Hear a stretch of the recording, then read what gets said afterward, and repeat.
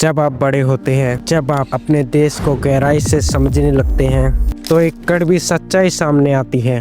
भारत वैसा नहीं है जैसे हमें बचपन की किताबों में सिखाया गया था। ना ये सोने की चिड़िया है, ना ही विश्व गुरु। ये शब्द सुनकर आपको गुस्सा आए, दुख हो या फिर लगे कि वाकई ऐसा है, लेकिन सच ये है कि दुनिया में कई जगहों पर भारत की इमेज वैसी नहीं है जैसे हम खुद अपने देश को देखते हैं। अब सवाल उठता है क्यों वो देश जो कभी नॉलेज और वेल्थ का सेंटर था, आज डेवलपिंग नेशन की चेन में फंसा हुआ है।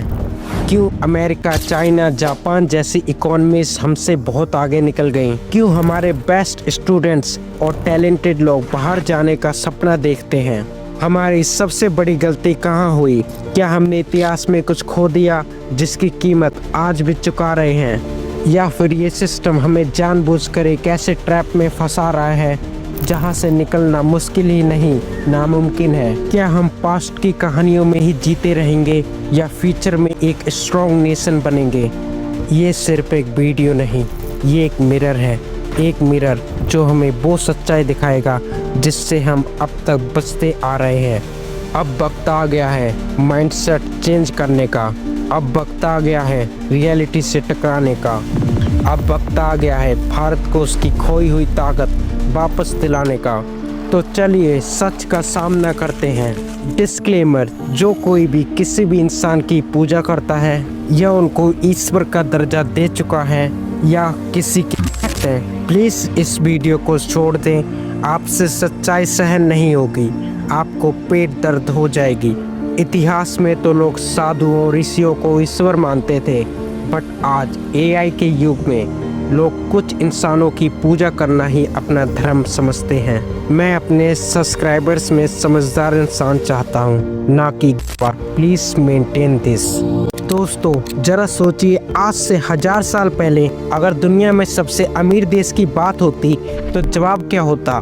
भारत। Of course Bharat. हमारी जमीन सोने की चिड़िया कहलाती थी। तक्षशिला, नालंदा जैसे यूनिवर्सिटीज थे जहां दुनिया भर से लोग स्टडी करने आते थे। हमारा बिजनेस इतना सक्सेसफुल था कि रोम और ग्रीस तक हमारे कपड़े, मसाले, ज्वेलरीज की डिमांड थी। आर्ट, कल्चर, साइंस, हर फील्ड में हम बेस्ट थे। लेकिन फिर हमारी स्टोरी ने टर्न लिया। ब्रिटिशर्स आए और उन्होंने हमारे लैंड पर नहीं बल्कि हमारी सेल्फ सफिशिएंसी, इकोनॉमी, आइडेंटिटी पर भी कंट्रोल कर लिया। हमारे इंडस्ट्रीज को डिस्ट्रॉय किया गया, किसानों से भारी टैक्स लिया गया और देश की वेल्थ लंदन पहुंचाई गई। रिजल्ट 1947 में जब हमने फ्रीडम पाई तो हम दुनिया के सबसे गरीब देशों में से एक थे। अब आइए उसी टाइम के दो देशों को देखें, अमेरिका और चाइना।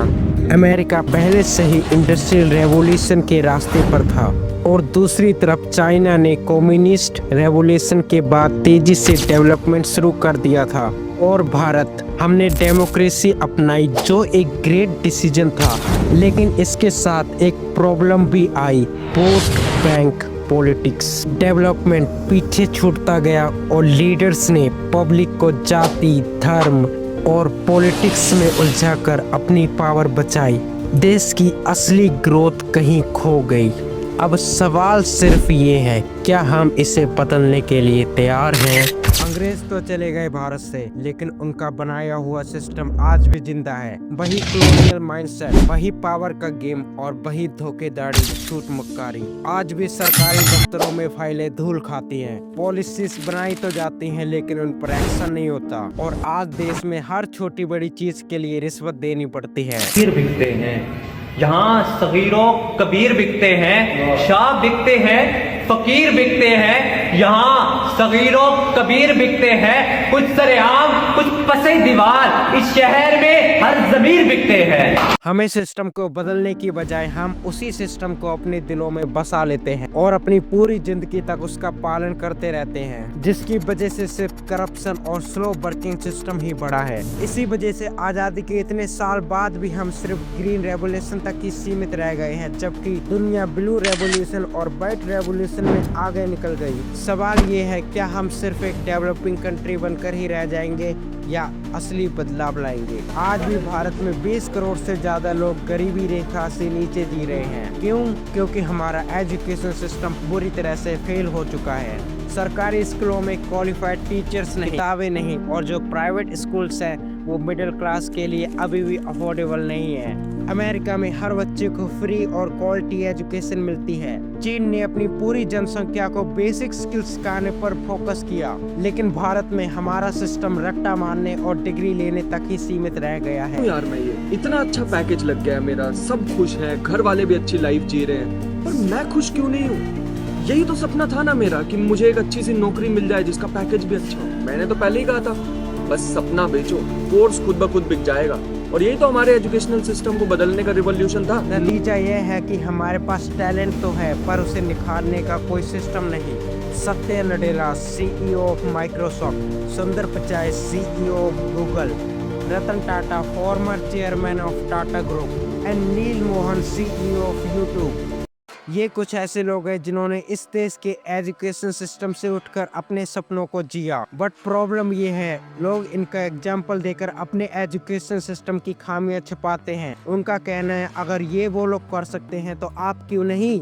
आज एजुकेशन ही ऐसा फंडामेंटल एलिमेंट है जिसकी वजह से कई लोगों को सपने तो दिखाए जाते हैं पर कभी पूरा नहीं कराया जाता। वे लोग लकी थे या यूनिवर्स उनके साथ था, बट आपका तो लक भी बैड लक से कम नहीं होता। और इसीलिए आज के यूथ में बुकिश नॉलेज तो है पर वो स्किल्स नहीं है जिसकी आज के टाइम में जरूरत है। आज भी हमारा एजुकेशन सिस्टम ऐसी चीजें पढ़ाता है जिसका ना सर है ना पैर है। कोडिंग और डिजिटल स्किल्स के मामले में एजुकेशन सिस्टम बेसिक थ्योरी और आउटडेटेड टूल जैसे MS ऑफिस या पास्कल पे फोकस करता है, जबकि आज पाइथन, AI या वेब डेवलपमेंट जैसे प्रैक्टिकल स्किल्स की जरूरत है। एक ग्रेजुएट 90% मार्क्स ला सकता है पर जॉब के लिए कोडिंग न आने से पीछे रह जाता है। कम्युनिकेशन और सॉफ्ट स्किल में इंग्लिश ग्रामर या ऐसे रटने पर जोर है, लेकिन प्रेजेंटेशंस, इंटरव्यूज या टीम वर्क सिखाने का ध्यान नहीं। स्टूडेंट शेक्सपियर याद कर लेता है पर इंटरव्यूज में रुक जाता है। फाइनेंशियल लिटरेसी के बारे में और बुरा हाल है। इकोनॉमिक्स के फार्मूले तो पढ़ाए जाते हैं लेकिन टैक्सेस, इन्वेस्टमेंट्स और बजटिंग जैसे रियल लाइफ स्किल्स नहीं सिखाए जाते, जिसकी वजह से ग्रेजुएट को GDP तो समझ आता है पर टैक्स फाइल कैसे करना है वो नहीं आता। एंटरप्रेन्योरशिप और प्रॉब्लम सॉल्विंग में हिस्ट्री या साइंस के चैप्टर्स रटने पे फोकस है, लेकिन क्रिएटिव सोच या बिजनेस आइडिया बनाने की ट्रेनिंग नहीं। स्टूडेंट मुगल याद कर लेता है पर स्टार्टअप आइडिया नहीं सोच पाता। अडेप्टेबिलिटी और फ्यूचर टेक के मामले में पुराने सिलेबस जैसे इंडस्ट्रियल रेवोल्यूशन पढ़ाया जाता है, क्योंकि AI, ब्लॉकचेन या रिन्यूएबल एनर्जी जैसी फील्ड की प्रैक्टिकल नॉलेज की जरूरत है। न्यूटन के लॉ याद होते हैं लेकिन ChatGPT या सोलर टेक समझ नहीं आता। ये गैप्स दिखाते हैं कि सिस्टम आज के टाइम के हिसाब से कितना तैयार है। आप लोगों ने एक व्यक्ति का नाम तो सुना ही होगा अपने स्कूल के दिनों, first black president of South Africa Nelson Mandela ने कहा था,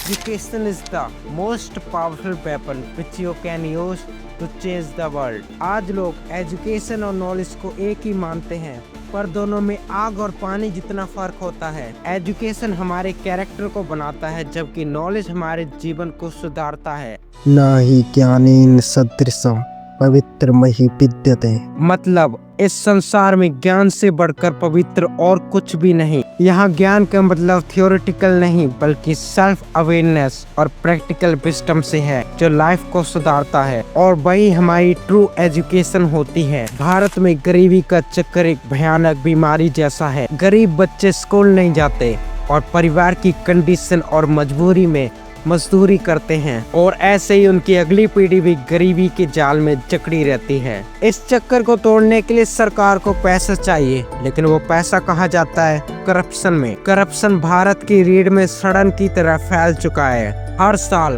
अरबों रुपए घोटालों में गायब हो जाते हैं। टॉप से नीचे तक हर लेवल पे घूस और घोटालों का जाल है। करप्शन को लोग यूं ही लेते हैं, उनको इसकी रूट कोस नहीं पता। जिन लोगों को हम चुनते हैं वो ही हमारे पीठ पीछे खंजर से हमारे ऊपर वार करते हैं। भारत में करप्शन और मैनिपुलेशन देश की रीढ़ को सड़न की तरह खा रहे हैं। नेता वोट के लिए जाति धर्म के खेल को खेलते हैं, जनता को बांटकर राज चलाते हैं।